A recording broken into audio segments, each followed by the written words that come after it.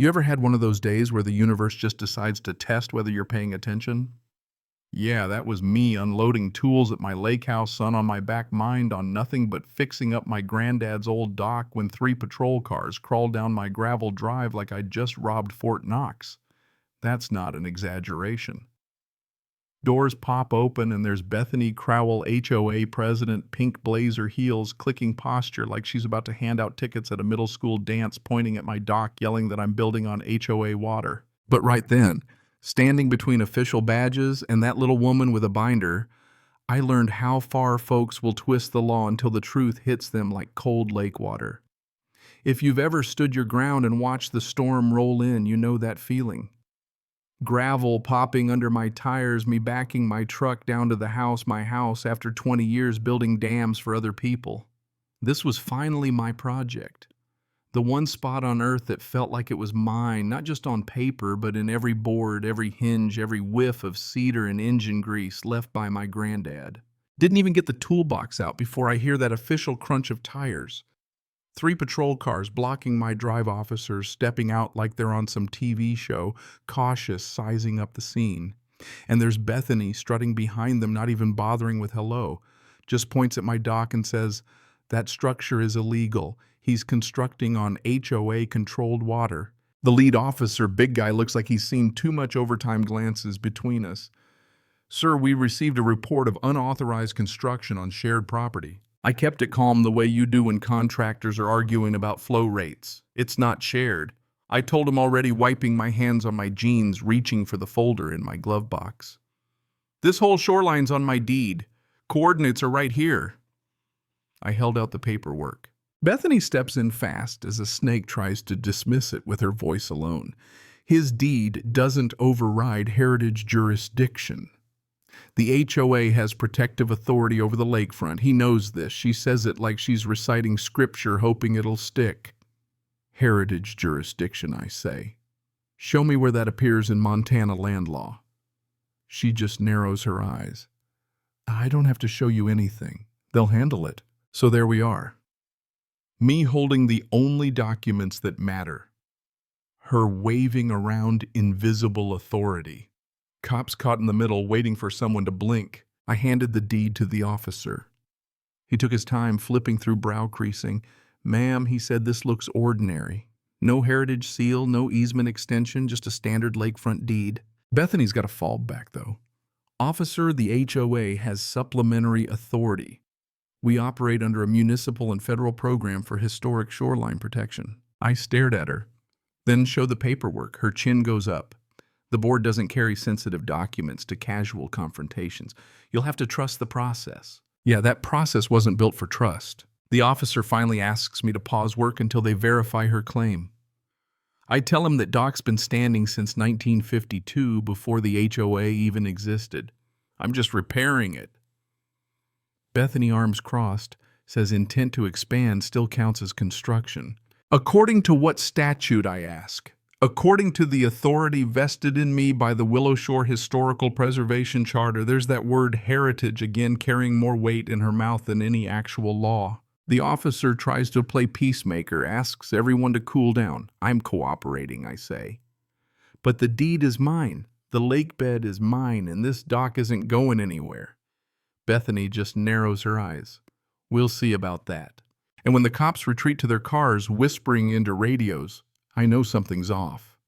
Why would police enforce HOA boundaries at all, let alone imaginary ones? By noon the next day, Bethany shows up again, this time with a glossy binder and a smile that says she's about to win a chess game no one else is playing.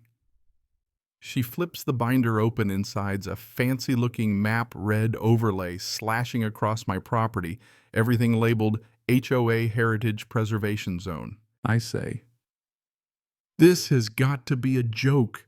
She snaps back. "The only joke is pretending your grandfather's outdated documents still apply to a reclassified shoreline.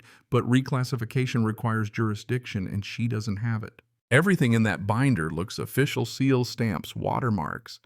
But it's all smoke and mirrors." When I ask where the map's from, she says it's produced in partnership with the Willow Shore Heritage Committee and the Oversight Board, which, by the way, is just her and 2 folks who collect fines. My lawyer, Sarah, rolls up, Right then scans the binder and immediately spots a Federal Heritage Survey Division seal. There hasn't been a division by that name since 2001, she says. Bethany's jaw clenches, but she sticks to her story. I flip another page. Suddenly the lake's 20 feet deeper on their official diagram. This is fabricated, I say. Bethany says they're working with modern criteria. And then she slips, it's not about your dock. It's about what's underneath it. Sarah and I share a look. That's the tell. Bethany doesn't care about my granddad's woodwork. She wants whatever's below the dock. But when I press, she shuts down. Irrelevant. You're obstructing an active heritage zone. Sarah calls her out on structural inconsistencies, wrong seal, mismatched font. Bethany says the files are confidential. She storms off, threatening a formal notice of violation. Sarah looks at me. She's not bluffing. Someone helped her make that binder. Someone with more ambition than legal sense. The next day, before I finish my coffee, two guys in cheap vests and the same officer show up for a mandatory safety compliance check. Their badges are HOA, not county. Your property falls under the heritage zone, one says. Section 12A authorizes inspections. There is no Section 12A, I reply. Then comes the real twist. Bethany has accused me of housing unregulated federal research materials. Officer says he has to follow protocol even though he knows it's a farce. They demand the boathouse key. Instead, I walk over and unlock the door myself. If anyone enters, I say it's because I allow it. The moment they step inside, their confidence evaporates. The boathouse isn't some secret lab. But then they spot the steel hatch in the floor hidden unless you know it's there. What does that one ask, stepping closer? Stop, I warn. Right then, Sarah appears. Touch that hatch and you're liable for trespass and document fraud. She shows her phone. She's sent the fake authorizing signature to the Department of the Interior. The officer quickly calls off the inspection. As they leave, I catch one mutter, "She's not gonna like this." Sarah turns to me serious now. They weren't here for your boathouse. They want what's under that hatch. Someone told them where to look. Later, I check the hatch. There are fresh scratch marks. Someone tried to pry it open before I even moved in. Just then, the Sheriff Morales shows up. He's got a file of the HOA's complaints and points out every federal seal is outdated or outright fake. Bethany submitted these as evidence, he says, under penalty of perjury. She's either desperate stupid or covering something bigger. We talk through it. Turns out there's a secret trust. Marcus Hale's name all over it, aiming to turn the lake into a floating community center. Only one obstacle, me and my shoreline. That's when neighbors start showing up. They've heard rumors, seen inspectors. Linda from across the cove shows me an email from the Willow Shore Historical Committee. Never heard of it. It references a Phase 2 site assessment after Control Point West, which I find out is my dock is secured. What's Phase 2 demolition of non-compliant structures? They want to tear down everything under the excuse of preventing contamination. And here's the kicker. Bethany's not working alone.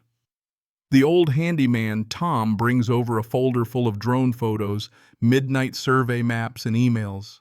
3 months before I moved in, they were mapping my shoreline, drawing up plans, laying the groundwork for a hostile takeover.